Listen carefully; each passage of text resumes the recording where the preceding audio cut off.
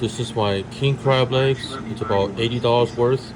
You get 1, 2, 3, 4 legs and 2 head parts. These are the head parts. You got 4 legs, the lower part of the legs, and the upper part of the legs right here. Those have a lot of meat in them. Lots of meat.